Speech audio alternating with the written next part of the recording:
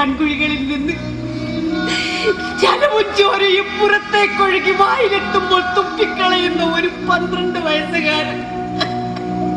ഒന്ന് ഓർത്തു നോക്ക്. കാലുകളുടെയും കയ്യുകളുടെയും ജനനേന്ദ്രിയങ്ങളുടെയും സ്ഥാനത്ത് അവയുമായി ഒരു ബന്ധവുമില്ലാത്ത മാംസകഷ്ണങ്ങൾ തൂങ്ങിയാടുന്ന മനുഷ്യജന്മങ്ങൾ. ഭ്രാന്തെടുത്ത് മണ്ണും മനവും തിരിച്ചറിയാതെ കുഴച്ചുണ്ടുന്ന മനുഷ്യക്കോലങ്ങൾ. കണ്ണീര് പറ്റിയ കൺതടങ്ങളിൽ എപ്പോഴോ കൂടുകൂട്ടിയ പകയും നിന്നയും സംശയവും പ്രതികാരവും നിസ്സംഗതയും നിസ്സഹായതയും. കരയാൻ മറന്നവർ, ജീവിക്കാൻ മറന്നവർ, വിട്ടുപോകാമെന്നൊരായിരം വട്ടം പറഞ്ഞു, പക്ഷെ കേട്ടില്ല.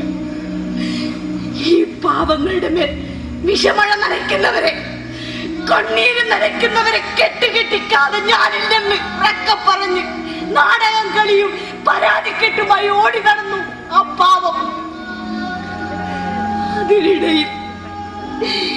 അതിനിടയിൽ വിഷം നിറഞ്ഞ ആ മണ്ണിൽ എന്റെ ഗർഭപാത്രത്തിനുള്ളിൽ ജനിതക വൈകല്യമുണ്ടെന്ന് പിന്നീട് ഞാൻ തിരിച്ചറിഞ്ഞ നീ വളർന്നു കഴിഞ്ഞിരുന്നു.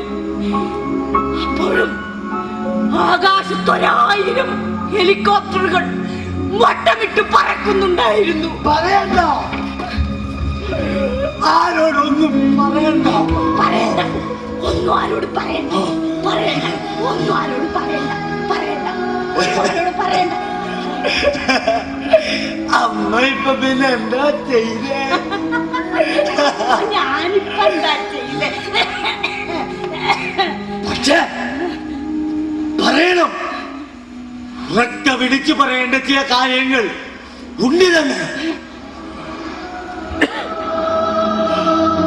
ആകാശങ്ങളിൽ 1000 നക്ഷത്രങ്ങളെ കാവൽ നിർത്തി മിന്നിത്തെളിഞ്ഞു നിൽക്കുന്ന നിശാദേവനെ,